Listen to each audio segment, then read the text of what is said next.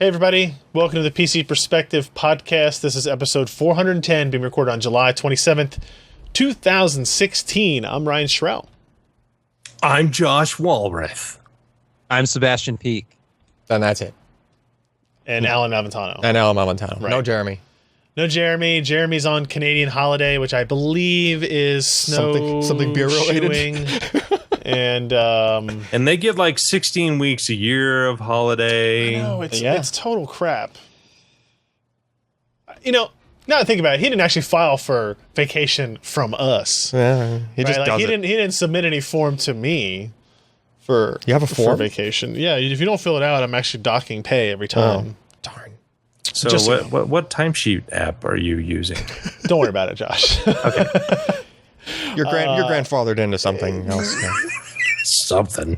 The pay docking starts this month, as it turns out.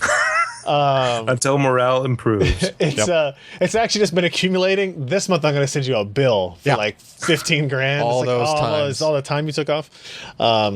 So anyway, let's get into the show this week. Welcome to the show.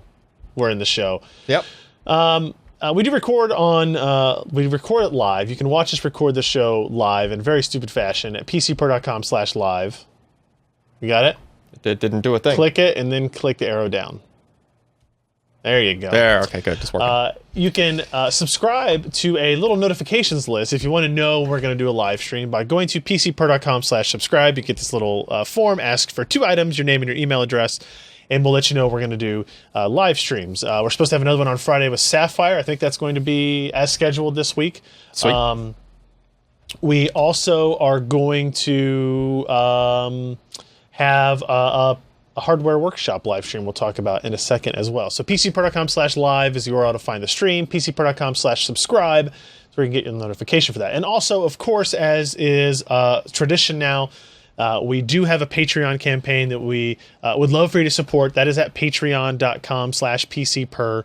And that takes you to this page here that basically is viewers, readers, listeners, a place where they can directly contribute to the site if they think that we are worth the amount that we're talking about right here. So, you can read the story about why we're doing it, what the goals are of it.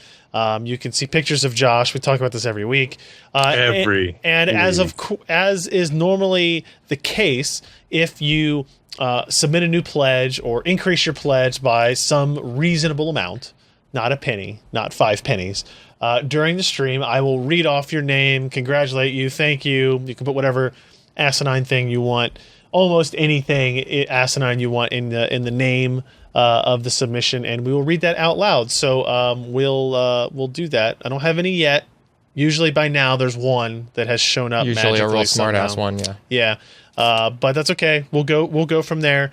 Patreon.com/pcper. A couple of other things right off the bat. We still have our killer contest going until the 31st. So you still have a few more days to enter.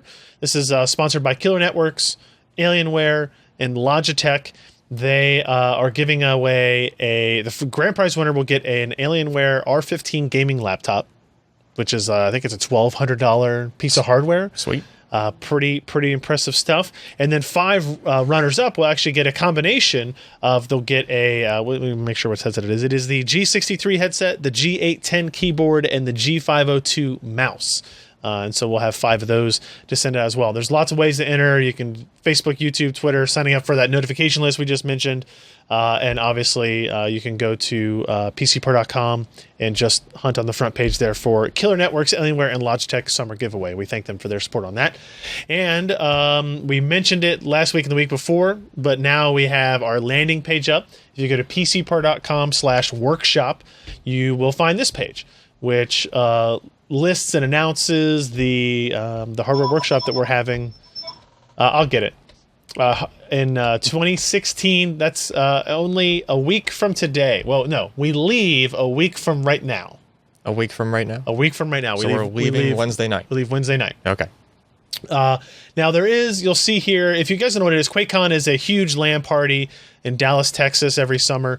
It's a really cool event. I think they have 2,200 BYOC seats, I think. Plus there are 10,000 people that will just come to go look through the exhibit halls and go to the events and stuff like that.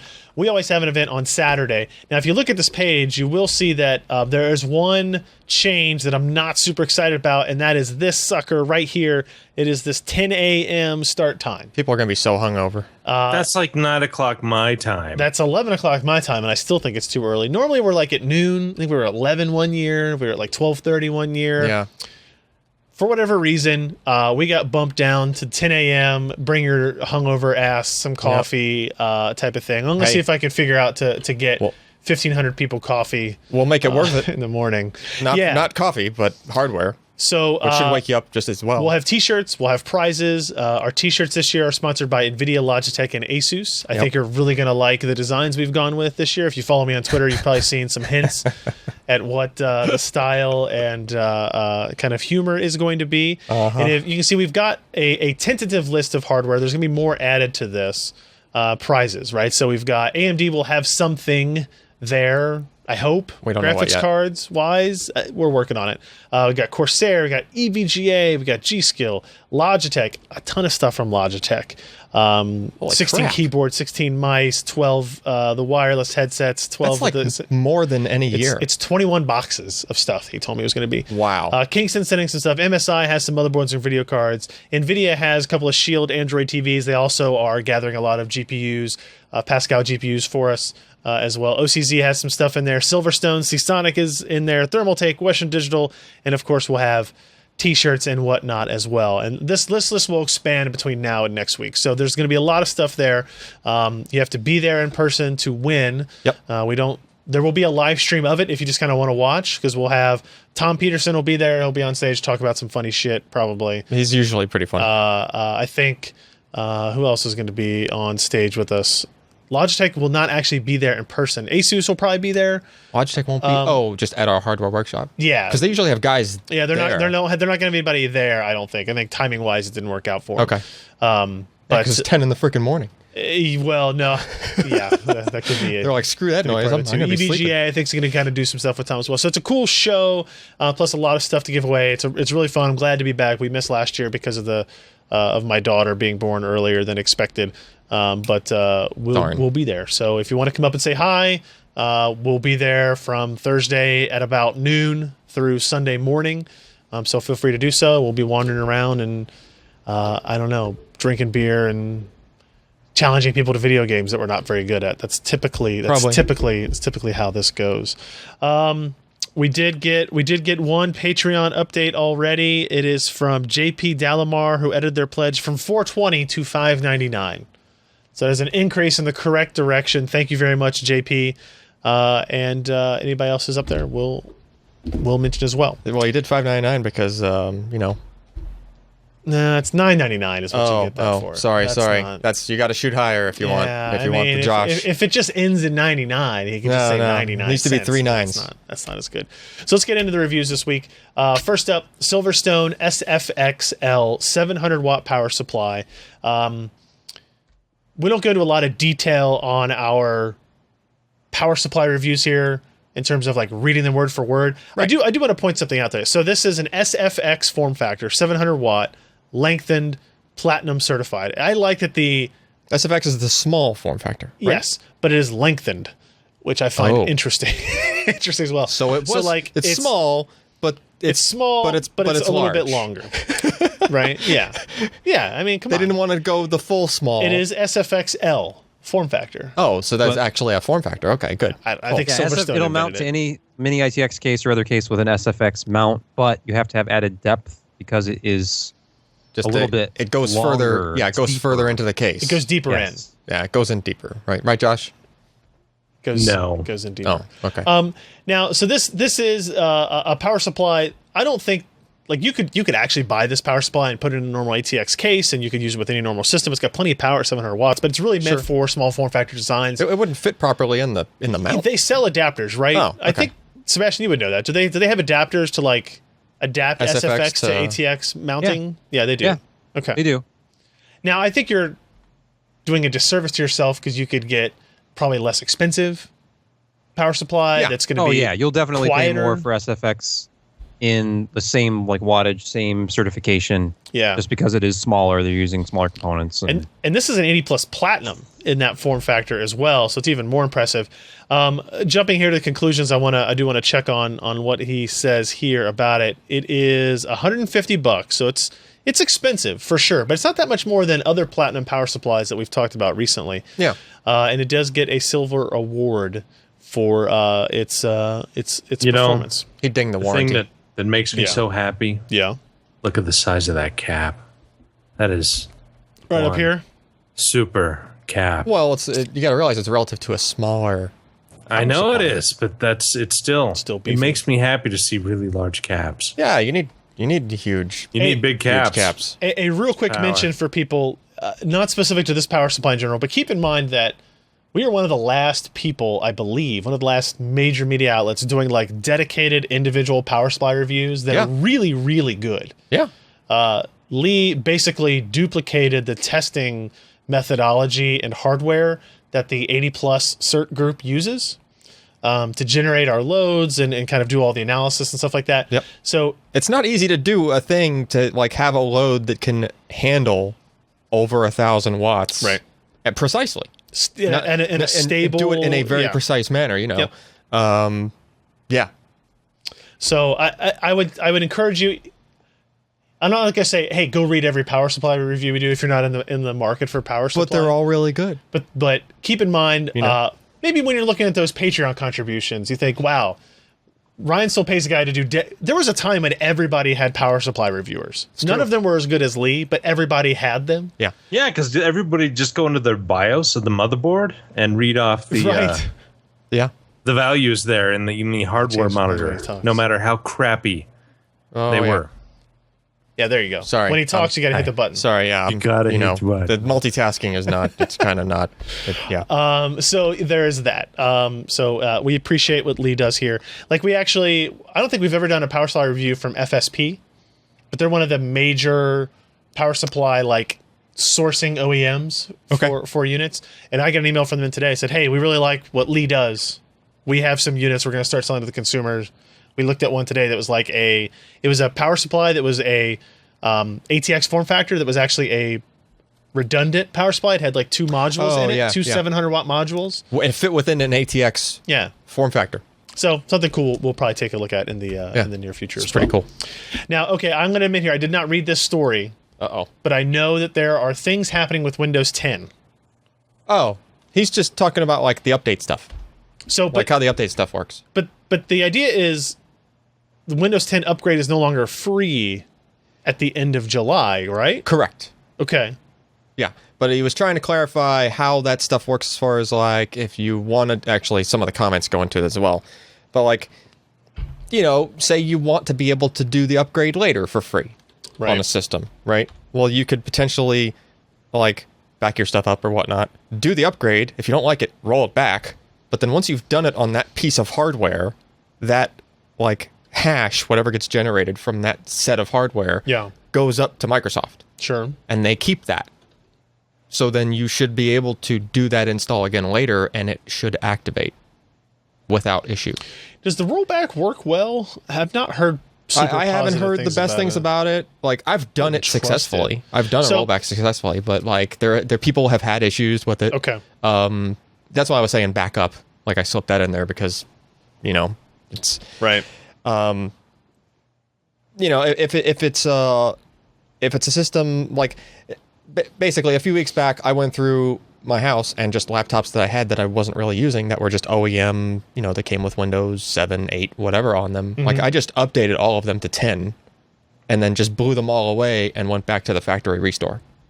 Oh, I see. Okay. Right. Rather than do the rollback, you just rather than roll back, I just said, you know, I don't care what's on these anyway. I'll just roll them back. So that way they're back at this state that they came. If I ever want to go back to 10 with them, I can. Yeah. You know, Technoscope in the chat says he can vouch for it. The activation process is painless once a key is linked to your hardware. PC Guy does remind you need 30 gigs of room on your primary partitioned for the rollback. Yeah. To work. So Ryan, about that laptop you let me use, do you think I should go Windows 10 on it? I don't see why not. Okay, I'll do it. Go for it. Okay. That was one of the eval units, right? Yeah, it was one of the Intel ones. Yeah, sure. Oh, go yeah. for it. Ken said I wouldn't Hit the button. do that if I were Okay. you. But that's See, Ken. the problem is that I can look at the screen here and I can see Josh Yeah, on a screen. yeah. It's a it's- very tiny Everybody- screen. It's a tiny Josh, but it's a Josh nonetheless. So, I mean, if you're worried about the type of stuff, check out the short editorial that Scott wrote up on it. It's interesting. I have a guy that is in my golf league, the secretary who's responsible for all of it, who is worried about he has Windows 7 on a machine, Yeah. but a piece of software that he uses to manage the golf thing doesn't run on Windows 10 for some reason. Yep. And he's trying to figure out. He doesn't want to not upgrade to Windows 10 before the end of the month, otherwise he's gonna have to pay. But he doesn't want to lose access to that application before the end of the year. He should honestly just do VMware Converter on that install. I don't believe that is a phrase I would say to this person. Well, I guess. I don't think that is a good starting point for a conversation. Because there's a thing that will just pull an image of that whole install in its current state. Yeah. Right? Like my dad passed away. Yep. I wanted to blow away his old laptop. Yep. I wanted to back it up though. Sure. So instead of doing a backup, I just did a VMware convert of it. That now takes I have the current. It takes okay. the whole system Yeah. and it just turns it into a VM. So now I have a VM of that whole machine. Right. And it's in the desktop icons are still in the same place even. Like everything runs exactly as it did. That's pretty right? cool. It just kind of transitioned it to a software machine. And then I blew away that laptop and I put Windows 10 on it. And that was one of the ones that I did that on. And then you just use VM Player. It's just VMware Player. It just plays it back. And the VMware Converter is a free app. Yeah. Okay. Maybe I'll So do that. We'll it's just see. it's something just worth considering. You can basically run it. You can run it on the system that you're making the VM of, even, and just dump the It destination just image. basically does a clone type of thing. Yeah, you should To have an like an image external type of thing. drive Yeah. plugged in or something, and that's where it puts its image. But once it's done that and it puts it in that place, that's it. It's a VM. You just fire it up separately, and Okay. it's that machine. You know, it might be enough for him to be able to handle if it's a low, low bar of level of knowledge Technology. entry. Yeah, it is. It's reasonable, but Yeah. Before we get to our next story, we did get some Patreon updates here. KC Lion edited their pledge from $10 to $20. Ooh. Thank you That very could have much. been a $9.99, but hey, 20. We'll take it. Richard Bowersocks is a new pledge of $5. Thank Thanks. you very much. We got a new pledge of $3.69 from Linda Talk Tips. Sweet. From Linda Talk Tips. And then we have a brand new pledge from Saudis Did 911. And I'm gonna read it like that on purpose. Wow. Of $3. I don't know if that was worth $3 necessarily, but I did say almost anything, and that does count as almost anything. Okay. There we go. We're moving on. Real quick again, Maury posted a review of an XSPC Raystorm Pro CPU Waterblock. It looks like this. It's nice It looking. looks cool. He deals with the coolest stuff, doesn't he? He gets all these fun things. to Nice deal with. fun. Look at Nice fun. the light. That's pretty cool. It's gimmicky. It doesn't affect your performance, but it looks pretty neat. It's like Tron look kind of It's just style. LED lights. Yeah. Right? I would like to see them try to inject LED lights up through the tubing somehow. Like just a really bright light Yeah. on, waterproof LED.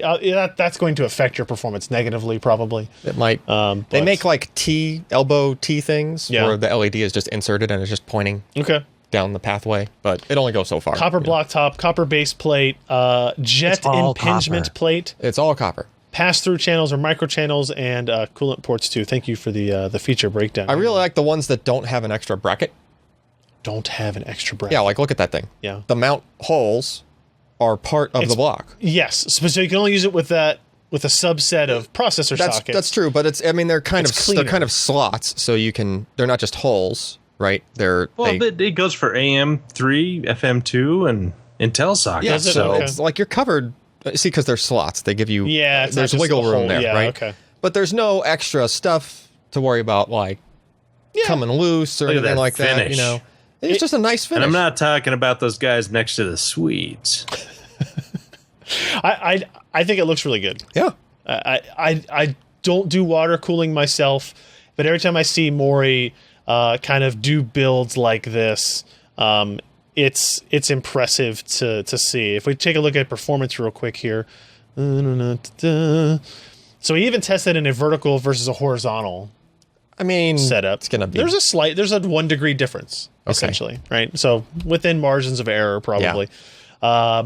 But at let's see, max core 37 degrees Celsius temperature delta compared to a Noctua NHD15, which is an enormous ass heatsink. Yep. Which is 40. So you're only getting 3 degrees Celsius advantage. Sure. Is that what you want from water cooling these days? But look at those idle temps. That's really where it's at. Okay, that's 11 degrees difference at idle Celsius. Then again, the Noctua is spinning very, very low at idle. So true. If he has the PWM version. True. Yeah. That was with Haswell at stock. Overclocked, the difference is still about 4 degrees Celsius under load and 15 degrees Celsius at idle. A little bit more difference, 6C, when looking at an X99 platform at a Haswell E 8-core design there. So this also shows you how well the all-in-one from Corsair, the H100i, does. Yeah. Now it certainly with the Haswell he was showing, but now we move on to the high performance part, and that was a bigger difference. Yeah, the Haswell E overclocked. It's 57C for the Noctua cooler, down to 42 for the Raystorm Pro we're looking at. Yeah, and so the Corsair that's pretty only big. managed 51, so you're getting a big advantage when you're doing a loop, obviously, with this. So the more heat you're generating, the more benefit you're going to get from the water cooling versus the air cooling. Yeah, that's what I've always found. Any kind of high performance one. The last one I tested was the EKWB Predator, I think the 240, and that one was, whatever. I could match it with any of the tower, like the big tower coolers, like the D14 that I have. Yep. Then when you started overclocking, the more and more wattage it had to contend with, suddenly the distance became greater like that. Right. One other thing, though, if you're looking at this review, if you go to the third page when they show included accessories, the back plate for this is kind of interesting. It has the standoffs, which you attach to the back plate, and then that goes up from under the board. So then you're working completely up on the surface of the motherboard after that. You don't have to go back to the bottom. Nothing is tightened through the bottom after you install the standoff. That's pretty nice. Yeah, that is nice. I see. Just stays that way, and that's pretty cool. It's about a $70 to $80 product. That's not a bad which price doesn't for a sound water bad. block. It's not a bad price for a water block. As somebody who doesn't do water cooling very often, that seems reasonable. But obviously, it's not directly comparable to a cooler, because you have to have other stuff. Right. You have to have reservoirs. It's a solid block of copper, though. It costs money. Yeah, like that with that kind of finish. Yep. That's a good deal. Editor's choice from Maury. I imagine we will see this in his Quakecon build. It's probably already on that system next week when we get down to Dallas. So we'll be sure to check that out. This is a review from a infrequent but welcome editor, contributor to the site, Jim Tanos, who did a review of an Angelbird Wings PX1. Now, what the heck is that? Having no idea, if you're just listening to the audio version, I'm not going to say the rest of the title. Let's see. But We tested an Angelbird SSD. We tested the Angelbird Wings PX1, and you have to guess what the hell that is. I tested the only other Angelbird thing. That was an Angelbird thing. It was an SSD. Okay, all right. See, I had even forgotten about that. So we tested an SSD. It had a very nice finish on it. That was the one that was okay. Yes, it was extruded aluminum, real nicely done. Like everything. It was built like the old iPod Nanos were built, actually. So this is a PCI Express adapter for M.2 drives.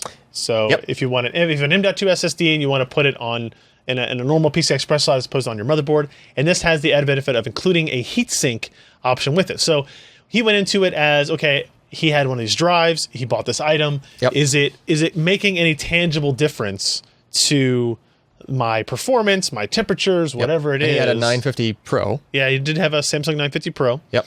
That you can see right there, and it is a nice looking.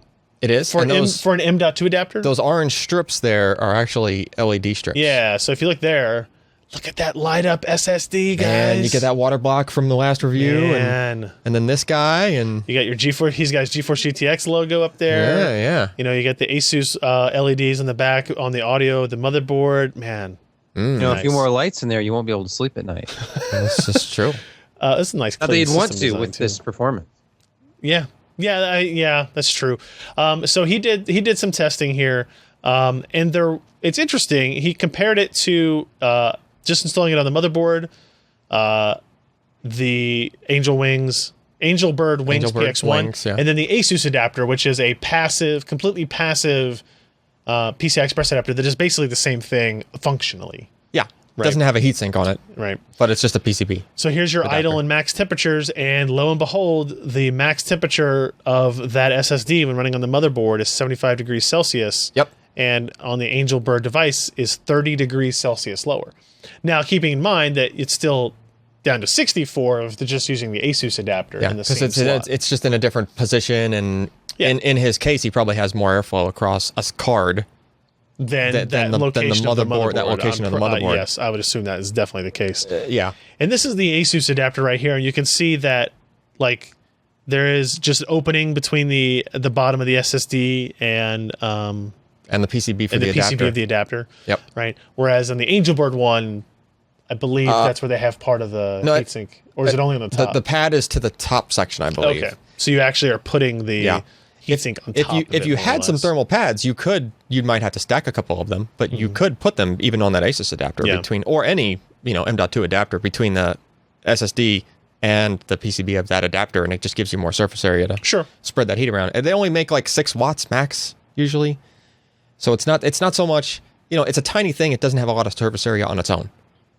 Right. So the thermal throttling really comes in when it's just like it's making 6 watts over a thing the size of a gum stick. What'd you make of these performance results? Right. Like so. Again, tested on the motherboard, on the Angelbird, on the stock adapter. Performance is pretty close the whole way up, and then it reaches the same peak, and it has this fall off on the motherboard. But the fall off is at very, very large transfer sizes. Yeah. And on reads and writes. If it were just writes, you might understand. Yeah, it did it on both, but the only thing I could think that was different there was it was connected to a different set of lanes, which maybe that system is just doing something different. Right. I wouldn't attribute that change to the temperature. Yeah, because the motherboard was actually in the middle as far as the temperatures went. So, Motherboard was the highest. Motherboard was the highest. Sorry. And the adapter was the middle one, the Asus adapter. It's possible that maybe it just heated up enough by the end of that test that it fell off. Started to cycle.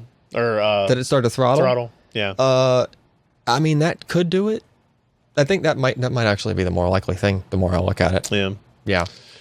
You've written and read a lot of data in a row at top speed by the time you get to that part of the test. I think his conclusion is kind of where we'd come with it. This device is $75. And it's and if you're like, hey, I like cooler temperatures, but I also like the LEDs and the way it looks and style, that's something, but I wouldn't pay $75 for the heatsink portion of this alone, right? And then there's especially if you're buying what comes with one for free.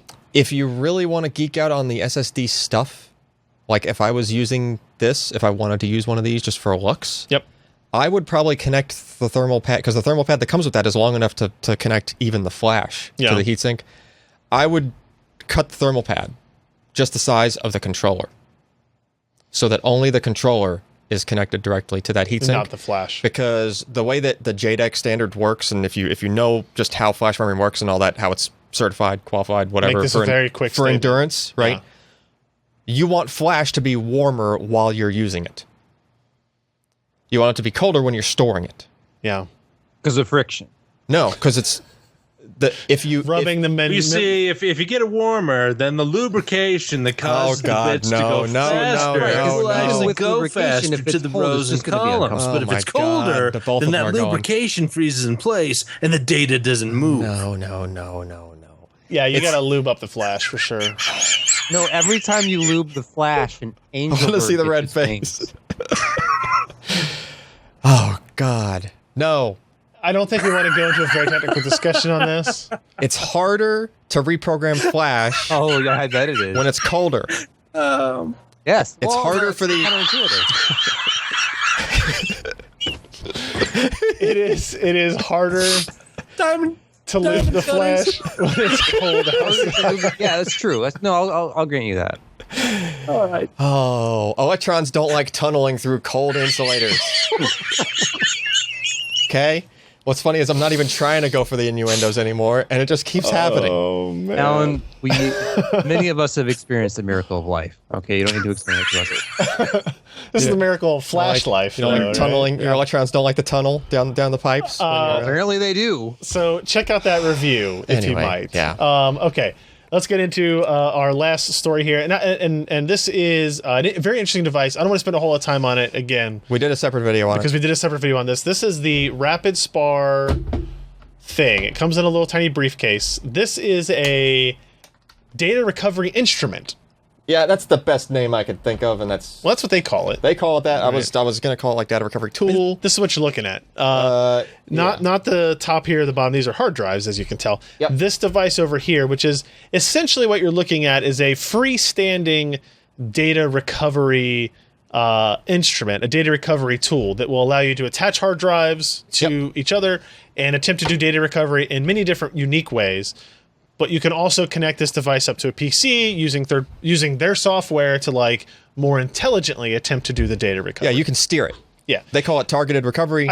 Right. I think it's probably worth noting first. This is not really targeted at a consumer, an individual consumer, because it's a $2,000 product. It's a couple of grand. It's meant for who? It's meant for like a mom and pop computer shop that's using this to make money. Yeah, or it's meant for IT departments that have to deal with a lot of users that somebody like Josh or Jeremy, where they're dealing with a lot of people's drives, right? Yeah, and like once you've done 6 or 7 recoveries, that would have been like kind of the flat rate for like most logical recoveries. Just kind of like not the invasive ones, but the kind of cheesy recoveries are like $300. Sure, and this will handle those just fine. Yeah, right. So there's a lot of detail in this article that I think you should check out. Like the super short version is like a hardware thing like this does things that software tools can't do. It can issue reset commands to the drive. It can speed up how it's able to get through bad sectors, stuff like that. The most interesting thing to me was that the software was the idea that this device, let me see here, will be able to talk to drives. Yes. That sometimes don't even show up in a BIOS. Yeah. They don't show up. I have 3 drives that will not initialize on any computer you plug them into. Yeah. That I plugged into that, and it popped up just fine. And then whether or not you get all of the data back or part of the data back is a different discussion. But the fact that it's communicating at a lower level than even a BIOS would. Well, they know other tricks. Like these same guys make the tools that the data recovery places use also. They're stepping lower to make this. Right. So there's an awful lot of traits and capabilities that's in their higher end stuff that they've put in this. They put it in a very dumb way. Like I can't reconfigure this a lot. There's a whole bunch of knobs and switches on their high end stuff. Sure. Right. But they kind of take a lot of that hands off thing. They almost go on like the Drobo approach, right? Where it just it just works. Right. They've done a lot of that with this, but just, so it has the ability, like if you can do it completely hands-off where it's got a touch screen on it, right? And you could tell it to start imaging. Just image the drive. Yeah. Or you can do things like you were talking about in the software, say, hey, I know that this hard drive that's dead, my wedding photos are on here, and it's the only place I have them, and I want you to get those first. Yep. I want you to try to get those first. Yep. And it will do that. Yeah, the software that you run on your system can coordinate with that and steer what it's imaging. Yeah. Right? So it's just like, only look for the master file table. Okay, what kind of partitions do I have? Here's NTFS. Only look for the directory listings. Yeah. Just give me those, right? And that's the only stuff it's reading. And it does, you were telling me really cool things about like it reads it and then it copies it to the destination drive. Yeah, you have to have a second drive target attached. Yeah. Because when it goes to read it again, it doesn't read the drive that's in question. Yeah, right? It reads it from the good drive. Yep, it won't touch the source a second time for the same data. Because why? It's on its way out potentially. You don't every time you read from a drive, your potential for killing it. Completely goes up. Writing is super bad. Okay, this does not write anything. It will never write to the drive. It doesn't write. Yeah, it has the capability of reprogramming firmware, which is actually handy. Yeah, you ever heard of doing firmware updates on hard drives? That's not very often. No, right? And it can do stuff like that because it's actually cloud connected, not this thing alone. Yeah, this diagram here kind of tries to describe it. So the software can actually call back, and the guys that make this maintain a service that this can call back to, and it gives it information like, hey, here's the type of drive I have, the manufacturer, the model number, whatever, and it can actually do like a lookup in a big database that they handle. Yep. And it can, the main reason for that is just to get optimal settings for trying to read through bad sectors as quickly as possible for that specific model, because that's knobs and switches you would turn on professional gear. Okay. But since these guys make that gear, they know all the good numbers. Right. So now it's just cloud-based, and you can just get the optimal settings, and it does actually make a difference. It for the drives I was testing on, it was doubling the speed that it went through bad sectors. Which is important for a drive that may be on its way out completely. Yeah, because if you try to read a bad sector from a drive normally, if it's a consumer drive without TLER, like it'll just time out. It's like 20 or 30 seconds for every bad sector. This thing, the default settings, it was like 2 or 3 seconds. And then with the Rapid Nebula stuff, once it got the optimal settings for a drive, it was down to like 1 or 2 seconds every bad sector. And, it's just really intelligent about the way it goes about doing it and trying to like get you to your stuff. It's a pretty cool device. Josh, is this something you would see your like company wanting to invest in for that kind of money? Yeah, no. Mainly because it's inexpensive for such a thing, but at the same time, our company, we have a lot of cloud and server based stuff that it has multiple levels of redundancy. So if somebody loses their hard drive, it's all you have it all elsewhere anyway. Okay, that makes sense. Well, I mean, that's actually a smarter way to do it. Is to Does this have who was it in the chat asked me if it has a Ryan Deathwish RAID 0 recovery mode? Ryan Deathwish RAID 0. Okay. If I have a RAID 0 array that dies, does this have any ability to help you with that? If it died because one drive died and the whole array went down, you could clone that drive to another one with this, put the other drive in the array in the old drive's place, and it should work. Provided this got enough data back off of it. Right. So the main reason that a drive will drop out of an array, and I've actually had raids of mine, and actually your failed raid, it didn't die because the whole drive failed. It died because one drive had a few bad sectors on it, and it timed out. Right. And the raid just couldn't keep going, and then it tried to rebuild, timed out again. Like it just wouldn't, it got stuck in a loop, right? If you can clone that whole thing over to another drive, even if you can't get all of it, maybe a few sectors are bad and just unreadable, as long as it's on a good drive that doesn't time out anymore, your RAID will come back. Okay. Right? So that's, I mean, it could do it. You don't even need, you would use the software initially only to load the optimal settings from their cloud-based service. But then once it's done that, it sends it to the unit, and you can actually unplug the laptop or the desktop from this and just let it sit there on its own with the source and the destination drive, and you just hit start on the clone operation, and it just goes front to back, and it just makes the copy. And I've done 6 terabytes in like overnight with this. Like less than 12 hours, I think I've managed to do like 6 terabyte image. So of a drive that was not of a drive that was questionable. Right. Yeah, that was like there were spots that were, it had a hard time with, right? And would have gone like that could have been weeks or more than months. Like I've had drives that I tried to image with software tools that had bad sectors on them. You ever accidentally hit the wipe drive button? That's for the target. Oh, okay. Not the there is no wipe source drive button. That's good. That's good. All right, I can appreciate that. Yeah, but I mean, I had back in the day, I had a 400 gig drive that I let go a week, and it only read 1% of the disk. That seems like it might take some time then. Yeah. Yeah. So having something like this would have been very nice back then. I would have probably got the whole drive. Cool. Yeah. So that's the RapidSpar data recovery. Like I said, it's data recovery instrument. It's not a device that we're telling, hey, if you have a bad hard drive, go buy this.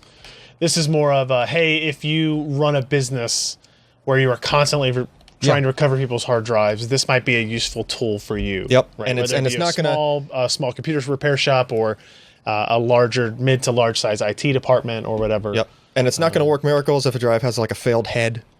Yeah, but it is able to tell you when you this device won't deconstruct your hard drive, move the platters to a new location. No, it won't do. It won't do that. It's not that handy. Damn it. Maybe that's another attachment in another case that comes with or something. But You know, it'll tell you, it'll evaluate the health of all of the heads when it does its initial diagnostics. And it'll actually tell you head health with percentages for all the heads.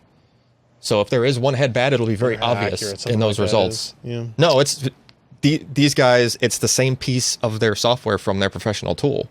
Right. That makes that evaluation. Yeah. Right. So if this thing tells you a head's failed, you pretty much immediately know, okay, time to call up Drive Savers or one of those companies. You know, if you really need that data, because if one head's bad, you're basically going to have just Swiss cheese holes in every file that you try to read, unless it's really tiny and you got really lucky. Yeah. Not only that, but you're probably going to have some sintered magnetic rust in the bottom of your drive. Yeah, just little flakes. Just little flakes. I can't see how that would hurt anything. No. Your data is perfectly safe in those flakes. Actually, collected at the bottom of the drive. This may surprise you, but one of the drives that I was trying to read with that did have a bad head, and it was only that section, like only that head was. Even though you know there's stuff floating around in there, because a bad head where it can't read anything, typically the head is just scraping. It's making contact with the platter. Yeah, it's just like usually you know, and it's a very thin layer of metal that's on a glass that's like they call it sputtering, but it's like just a super thin layer of metal. Yeah, that holds the magnetism and everything, like the actual bits. It doesn't take much to rub that off, and the stuff it turns to powder, and it just goes everywhere. And then all your data. Only if you're not hydrated. God. Before we move on to our news items this week, we've got a couple more Patreon additions here. Cyclops edited their pledge from $50.99 to $51.98, a 99-cent upgrade just for Josh, I imagine. Maybe. Zack Attack edited their pledge from $6.66. He turned it upside down to $9.99. Hey! That is him. $9.99. That's a Josh. Appropriate. Okay. And then this one is. I just want to touch your nice chin and say, yeah. Whose chin? I don't know. And they pledged $9.99, so they can come touch my chin once, I guess, if they really want to. I'll be at Dallas next weekend. Somebody at Quakecon is just going to walk up to you. He's going to take his thumb, and he's just going to say, yeah. I would request that they tell me they're going to do it before they do it. Hey, Ryan, I'm that guy. Just don't touch it with a fist. Yeah, well, it would be very nice. Please don't. All right, we got some interesting news items here to get through. First one is NVIDIA announced a partnership with SMI, which is an eye tracking company. Did we talk about that last week? No, because this was July 21st. Oh, okay. Maybe we did it on Twitch. Oh, I did it on Twitch with you. Yeah, I was here. Yep. Yeah. So this is basically what we all knew was kind of coming to VR, which is where they have a camera inside your VR headset and they do eye tracking to do foveated rendering with the headset. Right. What the heck does foveated mean? Foveated is the ability for actually leave it on here. But it'll show this video, and I'm not gonna make it full screen because otherwise they'll take my video down later. Yeah. The idea is that that's a standard view where everything is in focus. Every pixel is being rendered with the same amount of clarity and detail, and the same amount of processing happens to each pixel. Because you could look anywhere in that scene now with your eyes. Yeah. Is an example of foveated rendering where the red box, it's maybe a little bit hard to see in the middle, is where your eye is looking, and wherever your eye looks is very sharp, and everything in your periphery is because there's only like some like 5 or 6 degrees of true focus in your eye because of the way the fovea works and the lens in your eye, and everything outside of that is pretty blurred. I mean, you can kind of notice that, but yeah, if you want to focus on something, you want something clear, then you'll focus on it. So they can improve performance by having a lower amount of rendering outside that fovea, right? And so it's a nice little optimization that should not affect your overall experience because your eyes just won't have the same focus. If you look at this first one, you'll notice that it's pretty like jagged. It sparkles as you move. So they have some fixes to it. This is what they call contemporary foveated rendering. The next one they show is temporarily stable foveated rendering. Right, so they're basically smoothing the peripheral. They're blurring it a little bit, eliminating a flicker in the periphery, but it does create what they call tunnel vision effect, which is interesting. You have to kind of see it in VR for you to notice it. And then they're doing other things to, like, they increase the contrast. Yeah, they increase the contrast in the periphery so that your peripheral vision does more peripheral stuff. It's more natural to what would be happening in the real world in terms of what your eye is perceiving. So the whole idea here is that you can get potentially you would just have much more detailed games and 3D worlds because you have the performance headroom now to, like, I only have to focus on, what'd you say your degree was, like 6 degrees or something, Josh? It's just like a few degrees of an angle of an arc. It's not very many. If that's where you can put degrees of view. Where you can put all of your processing power, or 80% or 60% of your processing power into this area, and then everything out of it just kind of gets, just enough so it doesn't screw it up. You know what I'm saying? Yeah. But it has to be done in a way that it's fast. Yeah. Right. So that when your eye, it's not like playing Rage on day one, where when you look over here, you have to wait a second and a half for the textures to load in. You look over there and it's still blurry. And right. Like, you're gonna wait. Yeah. That would be a poor way to do it. But I would imagine that they can do it within a frame. That they can compensate for, if they do the same thing, because they're able to compensate for head motion within a frame right before the end, right before it gets. Right. So. I don't know. I don't think somebody's asking, do they have to emulate your blind spot? I would say no. Like, your blind spot is just your blind spot. They don't have to emulate past it. periphery. No, it's right in the middle of your blind spot. Right here, it's lower part of your fovea. Yeah. Yep. That's your periphery. Your blind spot. Believe it or not, it's where your optic nerve is going down the center. It's like it's just off to the side of the center. You look at a special image to fit. Your brain is going to compensate. You can't do it with your hand. I got it. I don't have one. You essentially, how they test that is they have a point of light. You have to stare at a black dot, and you see where that point of light disappears, and they can tell where your blind spot is. And mine is bottom. Oh, that's right. I know. Yes, I know. I know like biology. It's where the cones and rods cannot be because the nerve comes up. Yeah, because the nerve's sticking out the thing. Yeah. But future humans will fix that. But you don't need to compensate for that because it's not like your eyes are only looking at one place. Yeah, they're moving around. Your eyes are able to look around, so it's you don't need to do that. You could potentially save some rendering. Just don't render where the blind spot is. But I would imagine compared to when your eye moves, but like anatomy, everybody's might be slightly figure different. out individually where your blind spot is because it's different. And it's a relatively very small spot. You know what I mean? Like the whole scene around your periphery, that's a lot of savings. Like your blind spot's just this little, relatively small dot. Anyway. And let's see, other NVIDIA news. There's a lot of NVIDIA and AMD news this week. NVIDIA announced a Titan X. You guys ever heard of this card? That was a couple of years ago, wasn't it? Yep. All right, moving on to the next story. Oh. No, look. Look. Jensen doesn't show up. We're calling it the Titan XP? No, I'm not. Jensen doesn't show up in his leather jacket for nothing. Right? He went to a... But he does show up in his leather jacket for everything. Correct. Yes. Yeah. Where is this? This is at an AI meetup in Stanford. Okay. So I just want to know the temperature of the outside. Not cool would be my guess. Not cold. Okay. It is summer. It's summer, and that's in California, Northern California, but still California. Oh. Stanford's not like in downtown San Francisco where it's 65 degrees all the time. It's warm. So this is they announced a new Titan X based on Pascal.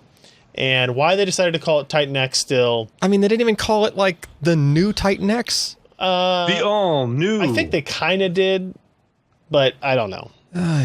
It doesn't make any sense to me. It's Titan X Pascal. It's based on GP102, a brand new GPU. All right. No, it's not a GP104. Have not seen it yet. It has 3,584 CUDA cores. Which is 1,000 more than a GTX 1080. Okay. So it's about 40% more CUDA cores than a GTX 1080. Right, but that's not the whole performance story. It runs at a slightly lower clock speed. Its base clock is 1417 instead of 1607. 224 texture units, 96 ROPS, 12 gigs of memory. It does run GDDR5X, not HBM2, right? So remember P100, which was based on GP100. Yeah. Was a was it more or less CUDA cores? It was about the same. Far more.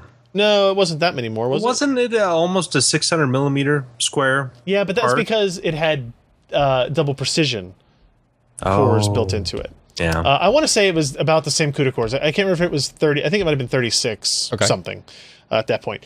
But it used HBM2 and it had full double precision or higher double precision performance, right? This is using GDDR5X. It's a 384-bit memory bus. Yeah. Right? So it's still 50% better than what we have on GTX 1080. Okay. Rated at 480 gigabytes per second, which is almost as high as the R9 Fury X that had HBM1. That was rated at 512 gigabytes per second. So it sounds like they just didn't need to go to it yet. Well, there's a cost issue, I'm sure, for it, right? 250 watts. Yeah, because HBM2 is just not available in large amounts of quantities. Yeah, definitely. So 250 watts, an 8-pin and a 6-pin, 11 teraflops of rated single precision compute performance. Watts. What was the TDP on a 1080? 180, so it's 70 watts more. Huh. So the drop in clock speed is not necessarily due to TDP. That's 250. Or maybe it's some of it? It's probably some of it. Okay. Yeah. We'll have to see if and when we get a card. It is going to be $1,200. It will only be sold through NVIDIA.com. Oh. This is not a partner card or anything like that. It's supposed to be available on August 3rd, I think. Like next week sometime. And it looks like that. It looks like a Titan X. It looks like let me rephrase that. It looks like a Pascal graphics card in terms of the cooler design, but it's kind of that all black finish. It's got that same window and August angular 2nd stuff. is when it goes on sale. The $1,200 price tag is really high. Yeah. It's not really a gaming card. I mean, it's like twice the cost of a 1080. Well, kind of, right? So $599 is what it's supposed to be at. We've never seen any at $599. $699 is where they're really at. Yeah. And so you're talking about $500 above that price point. Yeah. Again, it will probably be hard to find, but I do assume then that it will be $1,200. It's only being sold through NVIDIA.com. They're not going to like jack up their own MSRP. It should be that number. Yeah. Now the question is, do we recommend you buy this? Probably not. No, I wouldn't say so. Does it mean that there's a GTX 1080 Ti coming sometime soon? I mean, history would say yes. Josh, you think there will be a 1080 Ti? Yes. Okay. Now here's my question. What is it priced at? Well, $999. Right? Like, there's not a huge window there for a part that doesn't seem as like stupid as $999. expensive as a Titan X. I mean, Pascal. okay. So and remember the Titan X when it launched before as a Maxwell part was $999. Yeah. So the people who complain about increasing GPU prices have a legitimate concern. It is increasing then, right? I'm sorry, I guess. I don't know what else to say. So with the 1080 at the price it's at, going from that to $1,000 seems kind of to make sense for the performance gain you would probably get. Well, right? it depends. Like the Titan X, like the Titan to 80 Ti classification is interesting, right? Like remember the Titan, the previous Titan X was 12 gigs, but then the 980 Ti was 6 gigs. Yep. But everything else is pretty much the same, right? But the 1080 already has 8 gigs. So the 1080 Ti can't have 8 gigs, probably. Why couldn't it? Because it has a 384-bit memory bus versus so it has to be. So it's kind of. So they wouldn't want to drop it down to 6. It would have to be 12. I would think it would still be 12 gigs again. Yeah, I think it's okay. 12. So how do they justify the price difference? So they just cut. Do they cut CUDA core count and maybe raise clock speed some? Like there's no double precision performance difference like in the original Titan. That's true. That you could point to and say, well, this is also a compute card, right? If you've got the same size memory buffer, you've got to find some balance of performance and cost, right? So it sounds to me like they'd have to keep clock speeds the same and cut CUDA cores down to get it 25% faster than a 1080. Maybe the Ti comes out with no Founders Edition and the Titan X is the Founders Edition of the 1080 Ti. That's an option, actually. I don't know. I haven't thought about that. Because I'm running out of differentiators. Biohazard says maybe there's no 1080 Ti, and that's an option. I guess. Maybe if my guess is if they believe that they could sell every GP102 chip for $1,200, they will absolutely just sell every GP102 GPU they can make for $1,200. I just feel like they would end up like at a surplus with only selling those through their site, not doing any partner cards. I don't know. It depends. I don't know how many GP102s they've ordered, how many they planned to make. Maybe we'll see. How many other prior cards were only through their site? Were there any? The Titan Z. Okay, so that was definitely an oddball, like $3,000. Yeah, the dual GPU card that they had that was not successful. Yeah. So this one being only through their site for a more moderately priced card is kind of unique for them, which kind of makes me lean towards that idea. My guess is that the month of August will determine what they do with the rest of the parts, because they can always throw different heat sinks on something and sell it to EVGA or whatever. Sure. Moving on again, Nintendo NX could be using NVIDIA Tegra. Sebastian, what's your take on this here?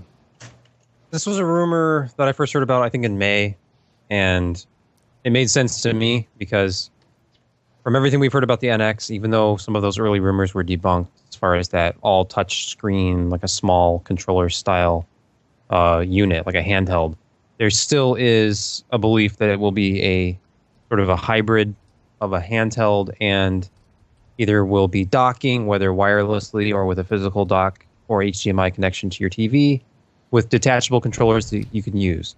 So something that needs to be like grab and go, but still provide like console level graphics.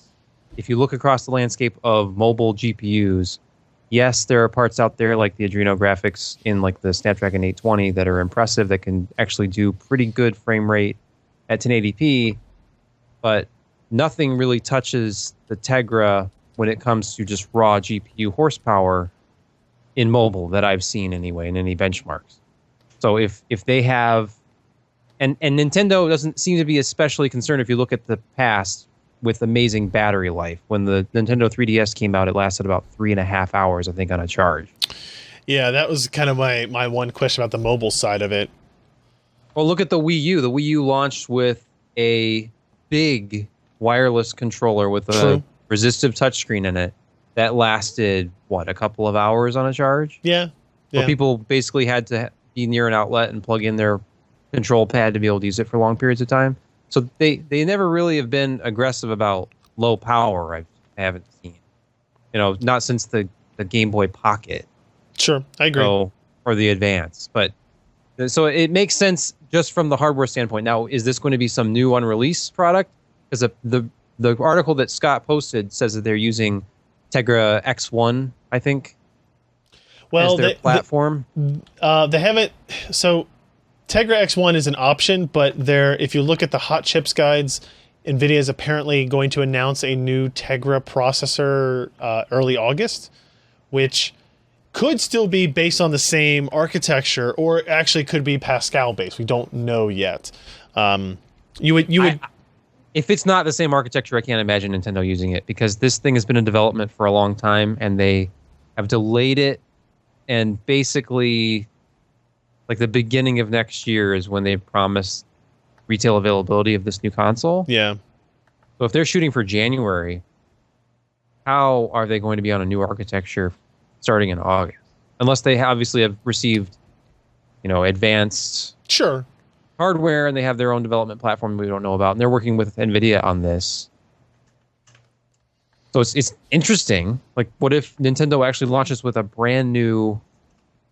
Let's see what Scott says that dev kits are apparently based on the Tegra X1, but they could be upgraded after the fact, and you could see that being like, if it's the exact same architecture, it's just better performance on the new SoC. Like, only thing that changes is your GPU perf.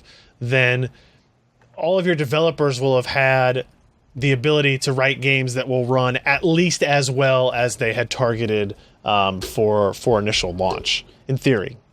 Yeah.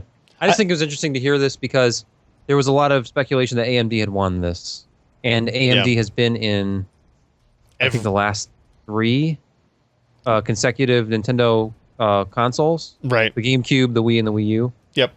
But if it's Tegra, that just tells me that this will be more mobile focused than it was going to be console focused. Yeah.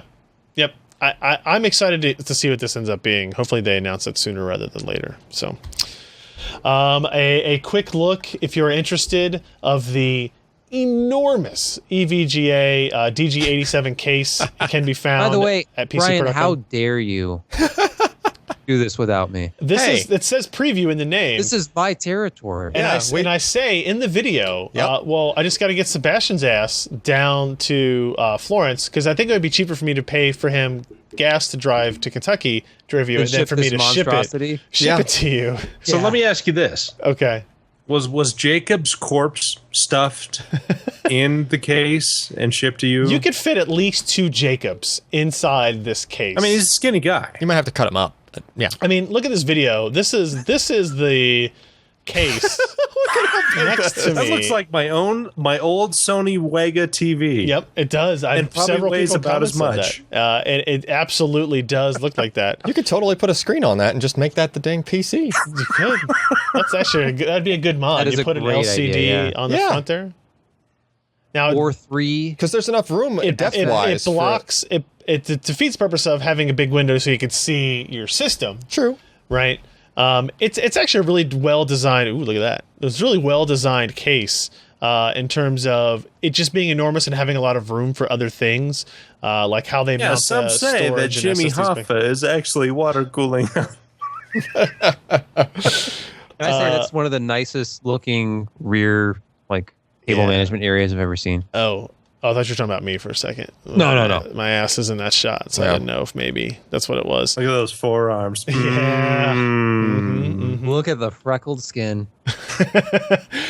Creamy. So this model has a dedicated fan controller and temperature monitor on the bottom portion of the case. It has all this. It's interesting because the case is meant to be viewed in the way I'm presenting it here. It's meant to sit on a desk like that. Yeah, it's meant to be so looking that at it from the side. You see all the components. Aren't there mount points on the back for hanging it? I thought. No. 51-pound case empty. Oh well, you need drywall anchors. Don't hang. No, they provide a pulley so you could actually use a chain to lift it up along your wall and stay there. So we're going to have Sebastian do a full review of this very soon, I assure you. So we'll just move on from that. And if you're interested in the preview, I would suggest you check it out. And I don't know why these were out of order, but one more NVIDIA news item here. If Josh, did anybody know what a DPC latency was? Not that I can mention here. DPC. Does it have to do with DPC. Does it have to do with arbitrating for the bus or something? I'm down with DPC. Okay, so it's PCIe bus arbitration stuff. Apparently there was a driver issue where moving from Maxwell to Pascal, they saw DPC latencies go from about 20 microseconds to 300 or 400 microseconds. That can add and up. It was apparently causing stutter for some people on watching videos on browsers, right? Static or skipping or whatever you want to call it. Yep. In these videos, and apparently under load it could increase to 1,000 microseconds or more. That's a millisecond. Where, by the way, Scott mentions here 8,333 microseconds is one whole frame at 120 frames per second. Yeah. So, but realize that multiple of these events could happen within a frame. So they could add up and to the point where you notice it. Yeah. So I got alerted to this. Somebody sent me an email and said, hey, there's this forum thread in GeForce forums. I want you to check it out and see what you're saying. And like I said, I didn't know what this was. There are apparently utilities that you can run that will just measure DPC latency with background utilities going on. Which I didn't know existed. I didn't know existed either. That's cool. And they were showing here it is with Maxwell, here it is with Pascal, here's five 1080s all running this in different systems doing the same thing. And I sent it over to NVIDIA and I was like, hey, WTF, what's going on? Yeah. What is this stuff? And they're like, well, let me think on that. And 48 hours later, we had a hotfix driver that said, oh, look, here you go. So apparently they went, oh. Yeah, and I'm sure somebody was already looking at it, but as soon as somebody in the media goes, hey, I'm writing a story on this, what's your comment? And they go, give me 24 hours. Give me and then somehow in 24 hours they have a driver that fixes said issue. So, which, believe it or not, is a good motivation for us to do those things. Like if it's something that needs to be fixed, then So Scott says that post hotfix driver spikes are reaching 570 microseconds, mostly when he plays music on Spotify through the Blue Yeti Pro.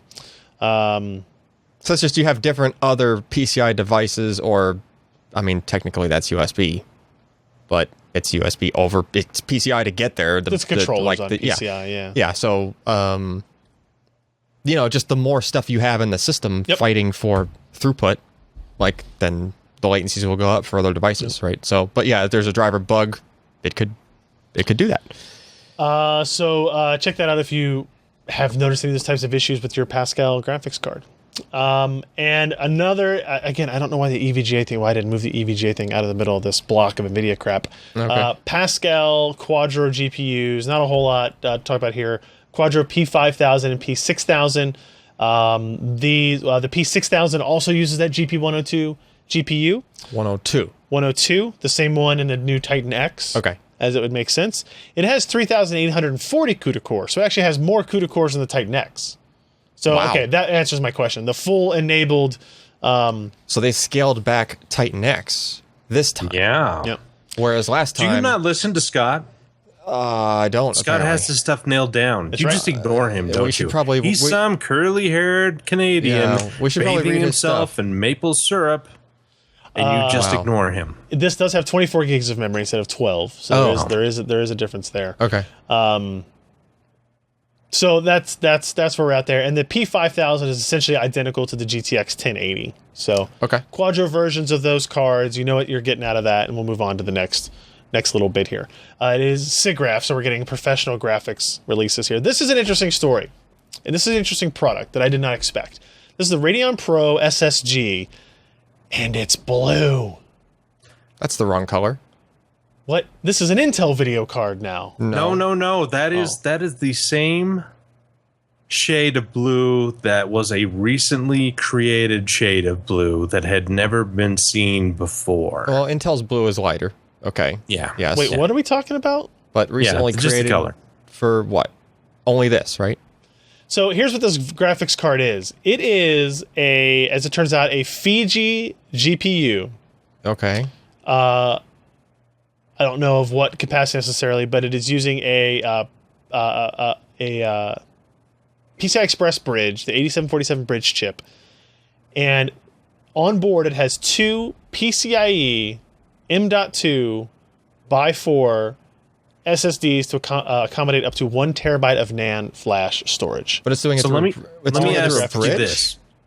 No, I mean, does XDMA, can you adjust it to be able to access storage like this? XDMA. I don't know. What do you mean? Okay, so you've got memory controllers, through right? Windows, or and so an M.2 is essentially a controller. Yeah. On PCIe. Well, you've got two graphics chips or one graphics chip. Yep. How is the memory controller or I/O going to access that as compared to just having PCIe that can access the frame buffer of another card or main memory?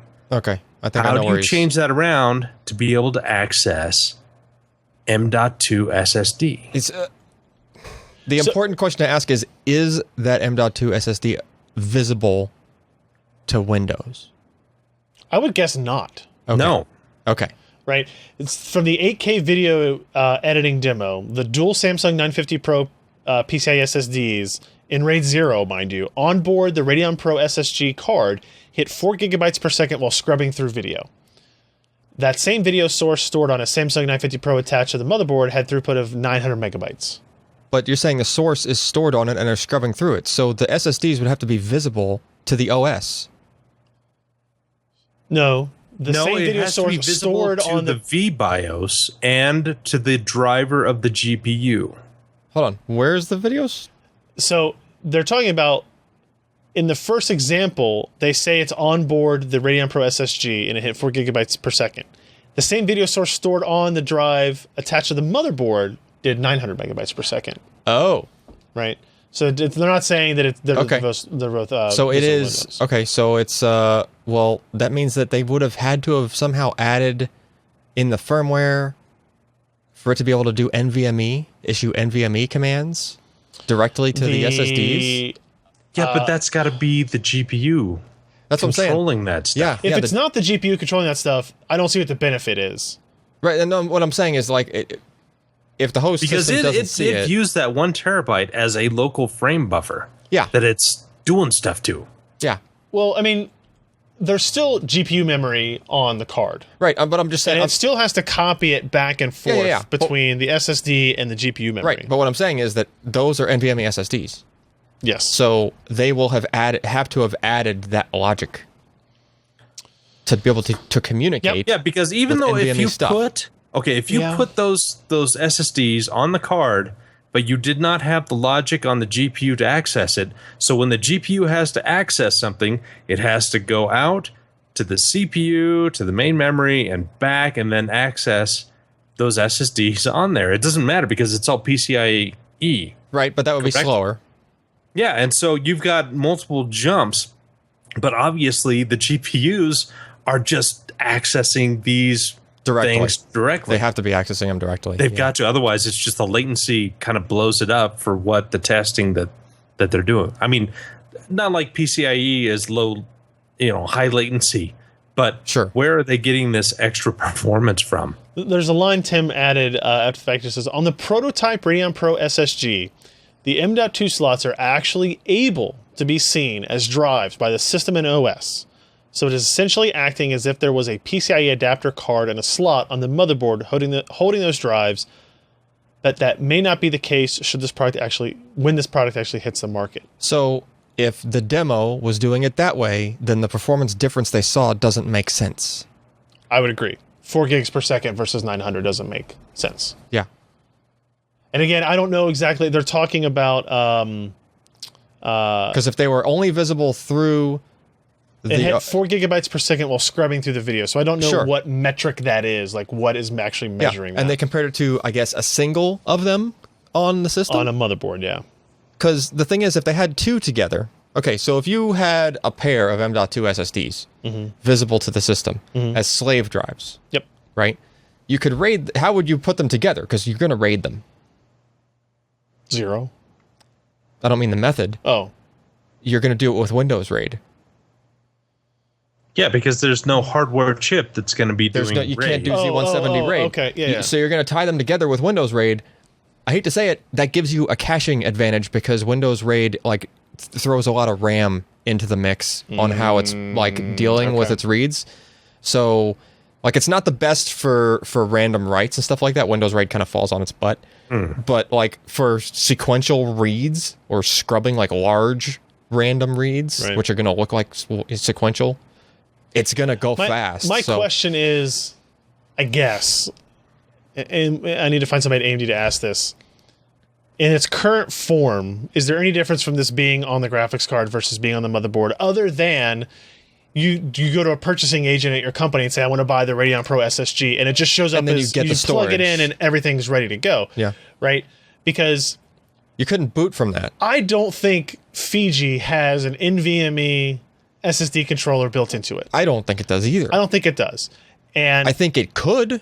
I think a future GPU could. Yeah. Right? But I don't think that one does, and I really don't see the motivation to push that hard for it if they're already getting, look how much faster it is if you do that. But yeah, I'd say that could just be a marketing, hey, we're trying to build some excitement about it. But it shouldn't be any different than if you got a... if you tear this card apart and you find one of those chips that takes a 16 by PCIe 3 connection and then puts it into 2 different 16 by that we've seen. What is the I can't remember the... Josh, there's chips that will... PLX. What it's doing is it's a 16 by on the slot side.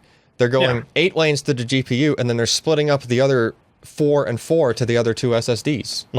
That's a typical layout for one of those kind of PLX chips, which is what's on there. How does it explain the far more than doubling the performance in that operation. I was just explaining that because if in that prototype unit it was visible to the OS, they were just using Windows RAID. Okay. Which does give you some boost. Now, AMD claims it can access local memory over the M.2 interface at much lower latencies than it can pull data from the PCI Express bus. Now that wouldn't be talking about the prototype unit. God, I hate this website. Right? Yeah, but that's essentially what is XDMA? Direct memory access. Sure, but if it's NVMe, you still need the You know what? If you can hard code it, you may not need NVMe. I mean, think about the software overhead and the things that you can do if you have an XDMA type chip that you can kind of expand. I get where you're coming from. I know it's a jump, and I don't know enough technical stuff to tell you this, but I get where you're coming from. But if they said they're using 950 Pros. Like they just said that's what they're using. There's two 950 Pros on that thing. My God. You can't. There is no direct jump over the. There is no jump over the NVMe thing for those. If you're talking to them over PCI, which is the only way to connect them, it has to be NVMe command set. Like that's the only way you can speak to 950 Pros. Maybe some other future thing with, proprietary SSDs on it or something. But right now, it has to be NVMe. And also right now, I know of no way that an NVMe device will just share with something else. Like you have your, main system that it negotiated with that has a driver installed. That's the thing it's talking to. I know of no just and also I'm going to talk to this GPU in parallel, right? Because if they're visible to the OS and the GPU tried to sideload some textures to it or something, there's just not a mechanism in place on the SSD side. The AnandTech story has some interesting data, right? So they talked to Raja.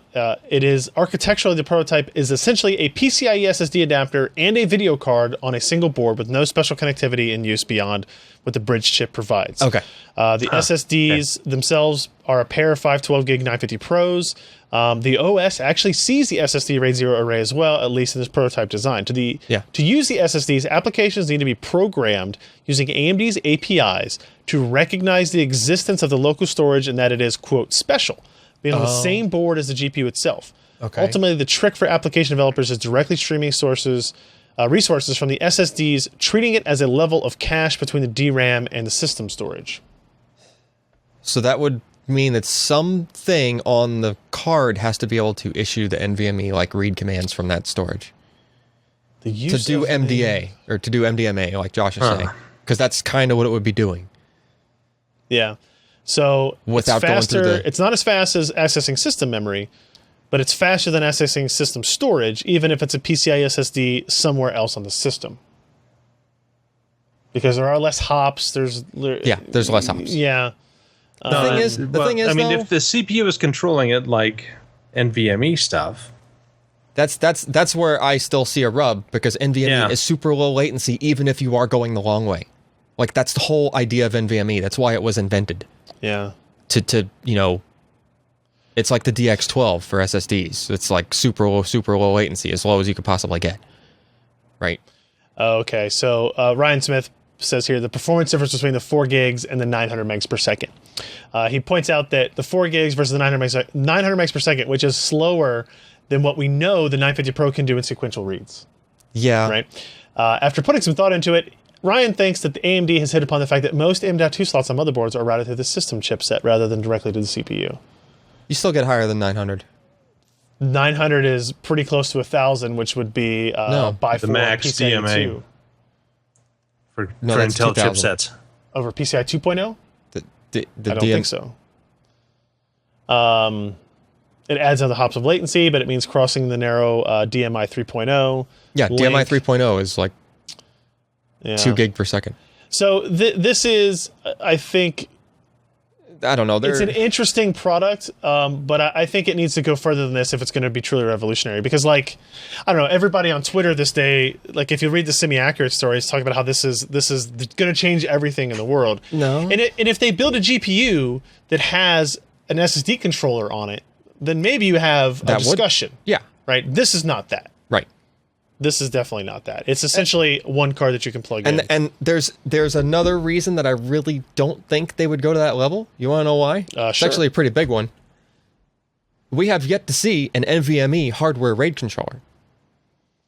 There does not exist one. Well, you could do, I mean, even if you had a single drive NVMe controller. Sure, single, right? But they want to still do it. They want to use 2, right? I think they were using 2 because they needed to see some impressive numbers in this prototype stage. I'll give you that, but it would be a shame to see the actual retail product come out with 1 when the prototype had 2. But if it's actually accessing memory faster, I guess, right? But if you only have 1 now, you're limited in throughput. Like you know, but like there's devices you can get, like HP's making parts that have up to 4 M.2. They come with 4 like equivalent of 950 Pros. They're the OEM version, right? But there's 4 on there. But guess what? No RAID.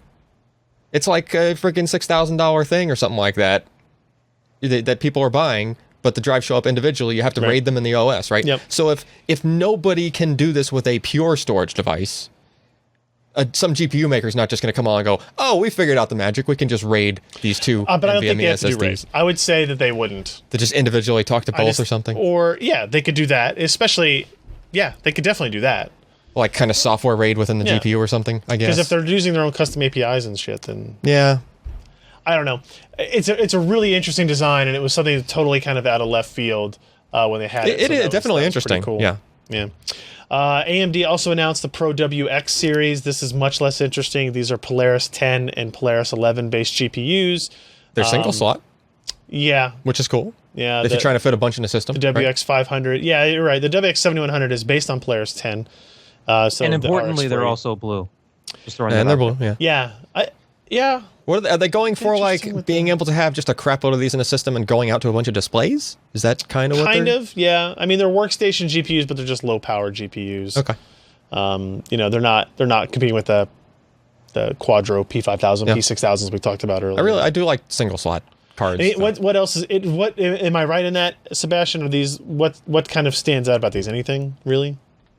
You get professional level driver support, or just 2 times the cost of a desktop card with more power, and a single slot. Yeah, and a single slot. Yeah, true. And this is a half slot card, half height card. The WX 4100. Is that really? The 4100 is yeah. There you go. Half height, half height, half length. I think Raja had that in his pocket during the presentation. You were watching. He could have actually. You were watching. I know you were. I was looking. All right, let's see what else we got. Sapphire's custom Polaris 10 based Nitro Plus RX 480 coming next month. This is 8-pin. What? 8-pin connector. An 8-pin. Oh yes, an 8-pin power connector. Good. You can see it right there. 2 fans as well. We're starting to see these AIB 480s show up. I still don't see any stock of RX 480s online. I don't see any stock of GTX 1060s online. Well, and I see plenty of 1070s. They're still, none of them start with the 3. They're spotty, but they're... None of the prices start with 3. Yeah. And I do find 1080s, 2 or 3 a day now showing up. So give or take what you're looking for there. But it's good to see Sapphire. I believe this is what we're going to talk about on Friday when Sapphire comes into town. They're using high-end capacitors, Black Diamond 4 chokes, Twin Fan Cooler Sports Quick Connect, which lets users easily pull out the fans for cleaning. That's actually kind of cool. RGB LEDs, obviously. And I'm going to assume in this photo here that these things sticking out the bottom aren't actually part of the card. It's more a visual design for the styling of the picture. Yeah. Because otherwise that wouldn't fit into my motherboard very well. It's the least compatible video card ever designed. LEDs, spike sticking the out LEDs are controlled by software or a button on the back of the card to change colors in response to temperatures, fan speed, cycling through all colors, or turned off completely. It's nice that they give you that option. Factory overclock the Polaris 10 GPU up to 1342 megahertz boost. So that's a pretty, what was that, about 100 megahertz? Over, I think. Something like that. Yeah. Compared to the reference boost clock of 1266, so 80 megahertz or so. And it should be a pretty good overclocker. It will reportedly be available as soon as next week in both 4 and 8 gig varieties. 4 gig will be $220, 8 gig will be $269. That's a $20 premium $20 or $30 premium over the reference design, which would be good. But as long as they show up in stock. Yeah, exactly. I'd pay $20 for the probably beefier power delivery. Yeah, that's what we'll be very curious to test how much different the power delivery looks, balancing the slot from the pins, the slot from the external power connector, and what we get out of that. So and I would imagine they would like a sustained OC. Yes, correct. I would imagine they would weigh it more with an 8-pin there. I would hope. Yep. Like, kind of makes sense. Yep.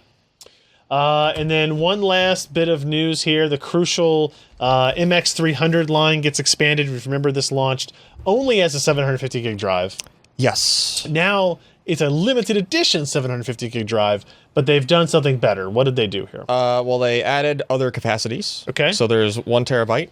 Which might actually be a different oddball number, not just 1 terabyte even, because... Based on? Well, because look at the other 2 capacities. 525 gig drive and a 275 gig drive? Yeah.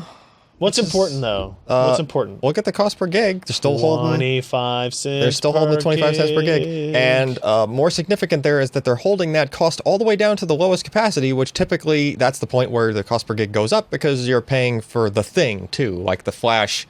The structure, the metal, the plastic, the metal, the PCB, the controller. Yeah, so you end up with, like, that's $70. You can get a 275 gig SSD, which is a weird capacity, I'll grant you. It is weird. What's the actual capacity? What's the actual flash on the, without overprovisioning? Oh, so it's going to be like, it's going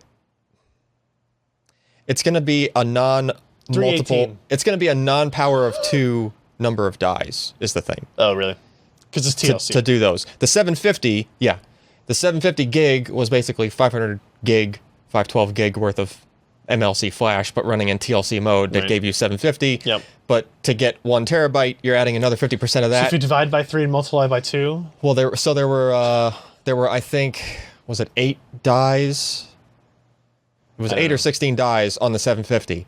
So it's going to go to, like, you know, not a multiple of 8. Sure. For those other things. What's the performance like of these drives? Are they good? It's pretty good, especially if they're on the empty side, because then most of the flash is operating in SLC mode. Half full.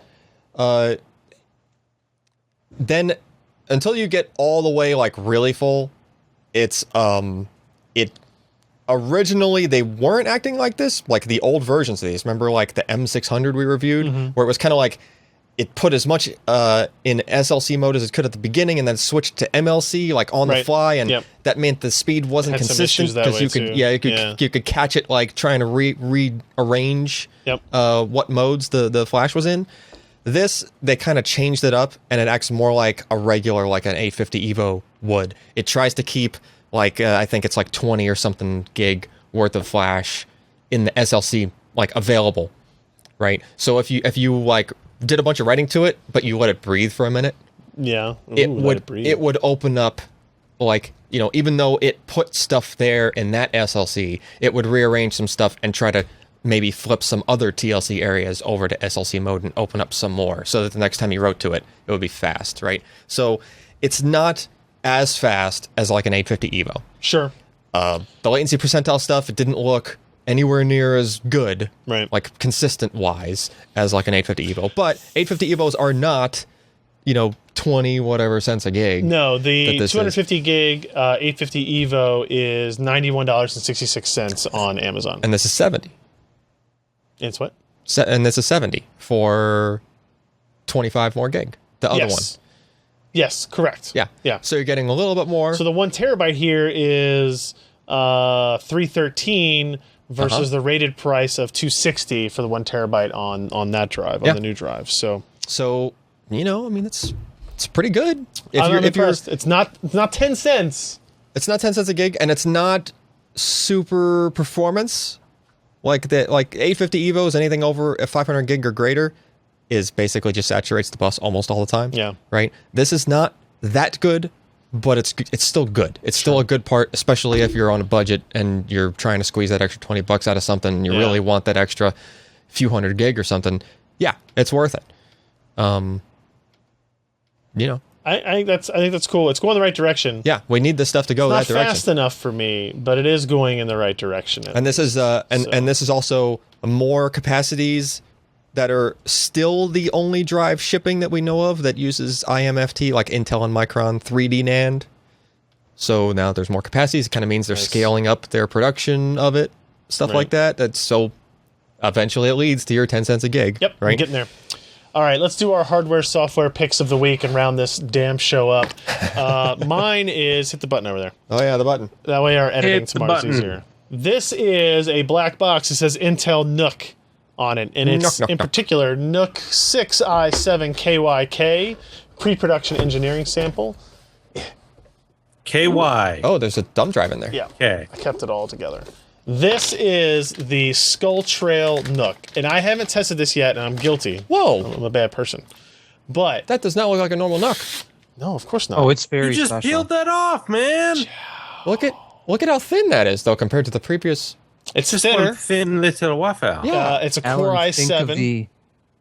Think of the possibilities for this in a living room. Well, I mean, the same possibilities for the other NUC in the living room. HDMI, Thunderbolt, mini display port, 2 USB 3 gigabit, Core i7 optical. Oh, that's true. An i7, yeah. Iris Pro graphics, SD card reader on the front. And look, change over to my laptop here, and I'll show you. This is what Skull Trail used to look like. Now, this is what Skull Trail looks like now. Now, clearly, this is not the same performance level. Yeah, but if it's an i7... it's probably more. This is a mobile Core 7. Okay. I'm sorry, mobile Core i7, right? So lower Core power. i7 6770 HQ. It's a 45-watt TDP processor. Okay. In here. It's still probably going to have good Iris performance. Pro graphics. Yeah. Right?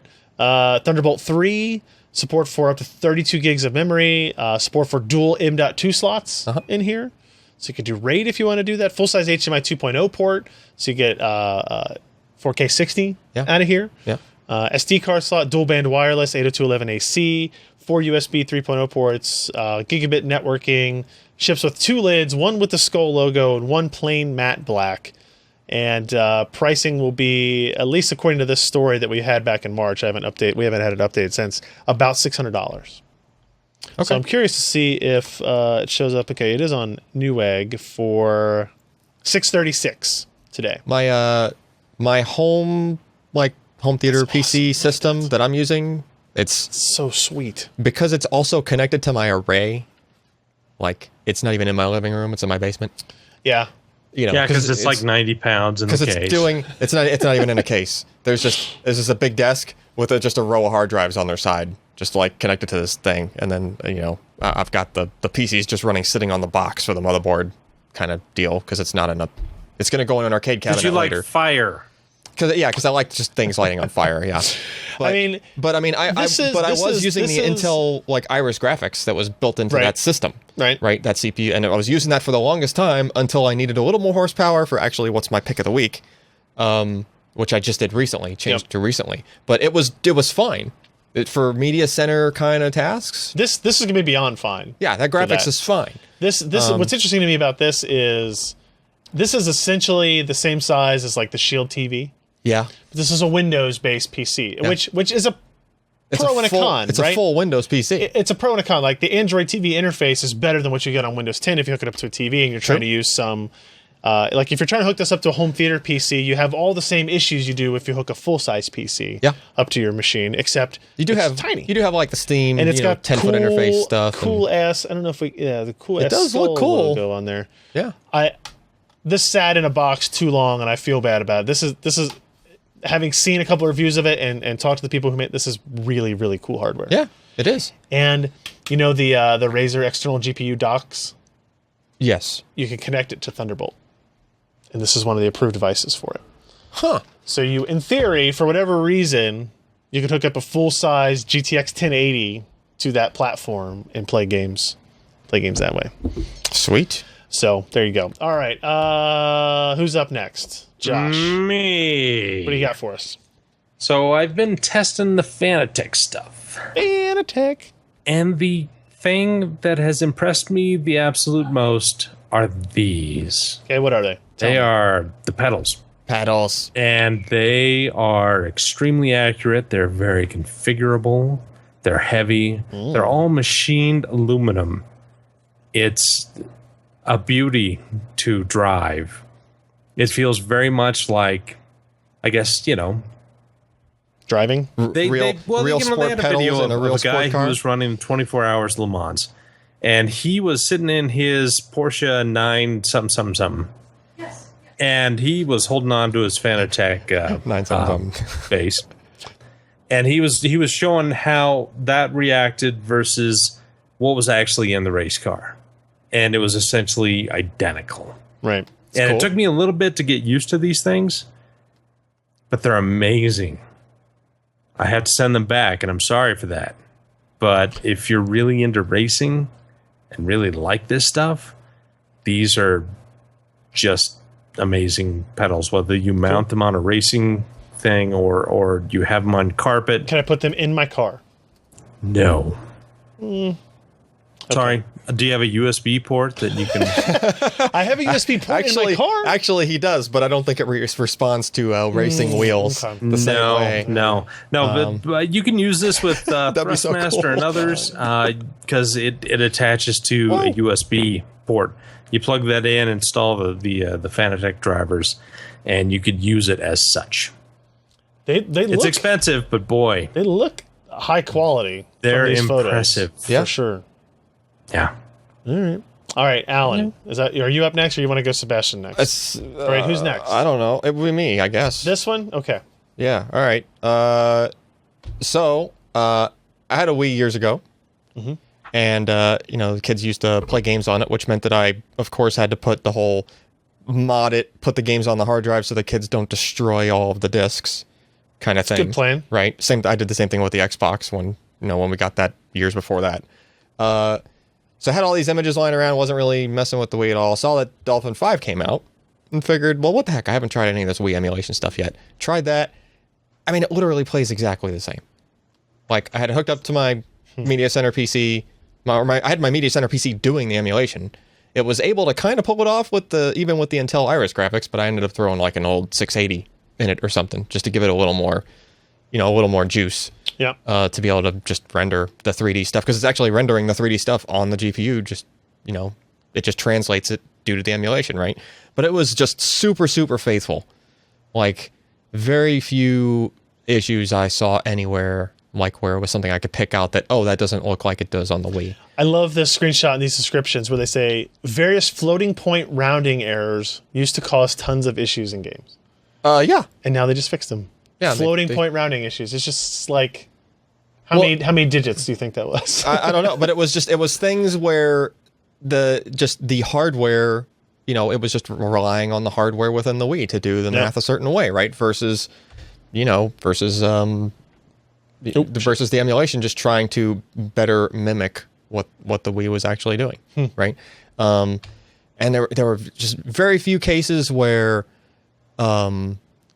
it would kind of like get slow down to the point where it was like it would have dropped frames. It actually kind of like the sound actually cuts in and out very quickly when that happens, so it's kind of jarring. So you need to have enough GPU horsepower to be able to keep up. Right. But once you've done that, like the graphics look just 10 times better than they did coming from the Wii because it's rendering at higher resolutions, right? Yeah. You can even kind of overdo it. If you have enough horsepower to put behind it, you can actually run games at 4K.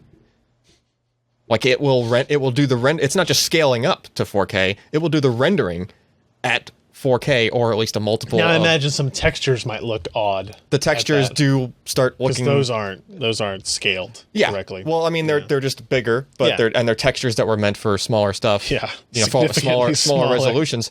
But there are actually groups of guys like I forget which Zelda game it is, but they've like the Underground came out with a better version of there's a texture pack for the Zelda game, which replaces all the lower resolution textures in the game with higher resolution textures. Of course there is. And it looks like, it's like when people reskin Grand Theft Auto and stuff like that, and it looks like amazing. They did that for Zelda for a Wii emulator, right? So it's, it's cool stuff. And there's even, I think, experimental like DX12 support, which I haven't toyed around with, but... Interesting. Vulkan. I thought it was Vulkan. I think it's actually DX12. Oh, okay. Yeah. But anyway. Predictions for next release, virtual reality sport. proper stereoscopy support built in infrastructure into Dolphin that could be added for more impressive features. We're hopeful that with some tweaking and added infrastructure, head-mounted displays can be supported to give users a chance to step foot in some of their favorite worlds of yesteryear. Which I have already heard. I was reading in a few places where people were already playing around with that. Vulkan backend. All right, so there you go. Here. That's pretty cool. Yeah, it's interesting stuff. It's interesting to see that kind of a thing like ported, because usually emulation is really just about like 2D kind of stuff typically. Yeah, you know, you're just emulating old arcade games or something like that, and it's just, you know. Alan, how do you get the motion bar connected to the PC? Okay, do you?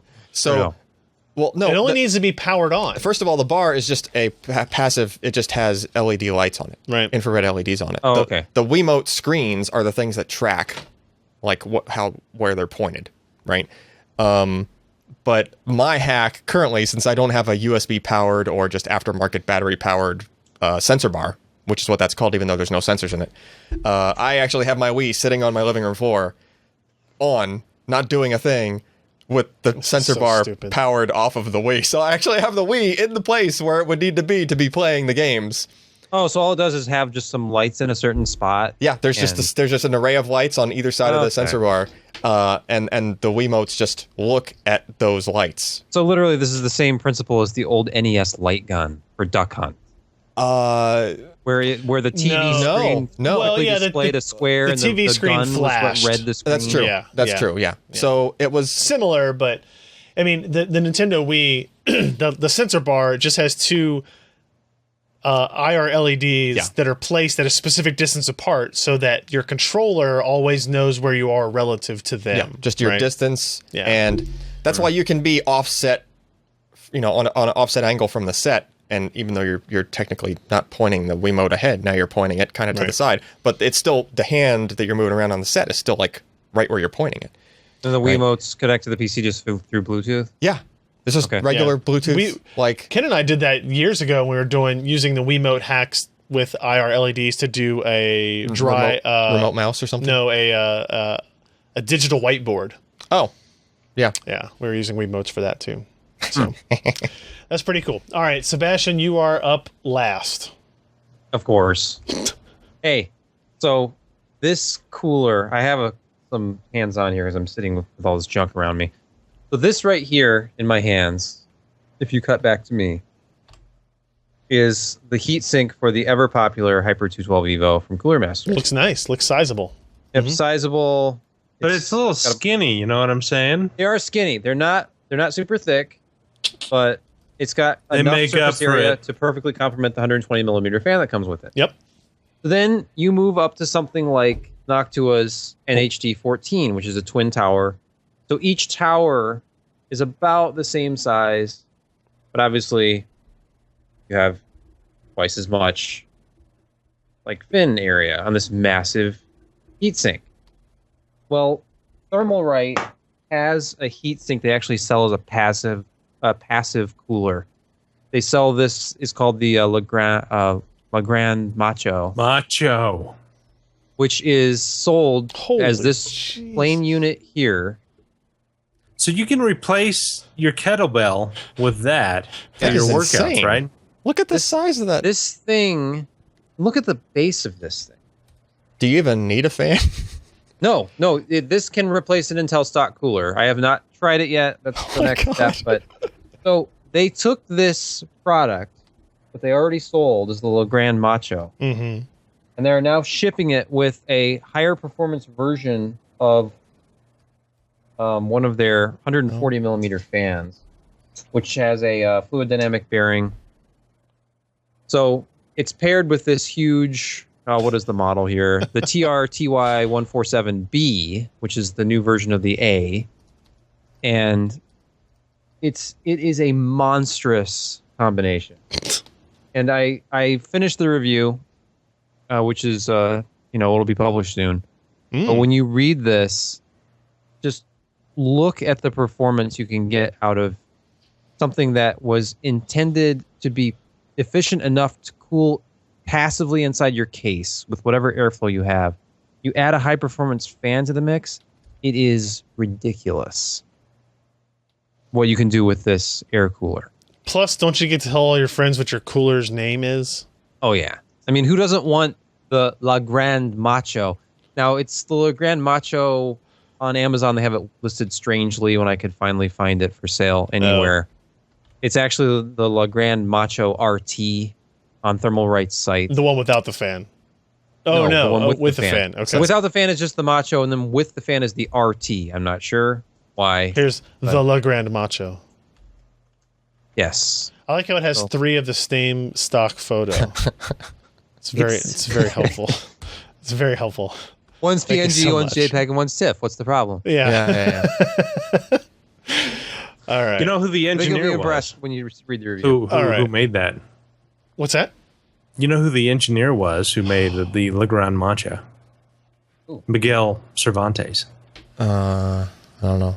There's a movie reference I keep trying to remember that relates with all this stuff, but I'm just not getting it. God, you people, you heathens. What was that movie about the Mexican wrestler dude? The Man of La Mancha. Is that what I'm trying to think of? No? Oh, sorry. Heathens. I like to disappoint Josh. It really makes my evening. Non-reading, literate, educated heathens. I read many of these stories that were published Don today. Quixote. Who's Don Quixote? I know who Don Quixote is. Rode a donkey, fought The Man of La Mancha. Fought windmills. I know all Yes. Which is kind of what I do with you guys sometimes. I feel the same. Same, bro. Yeah. Same. Yeah, exactly. So that's it for the show. Who's Sancho Panza? That must be Ken. We're leaving.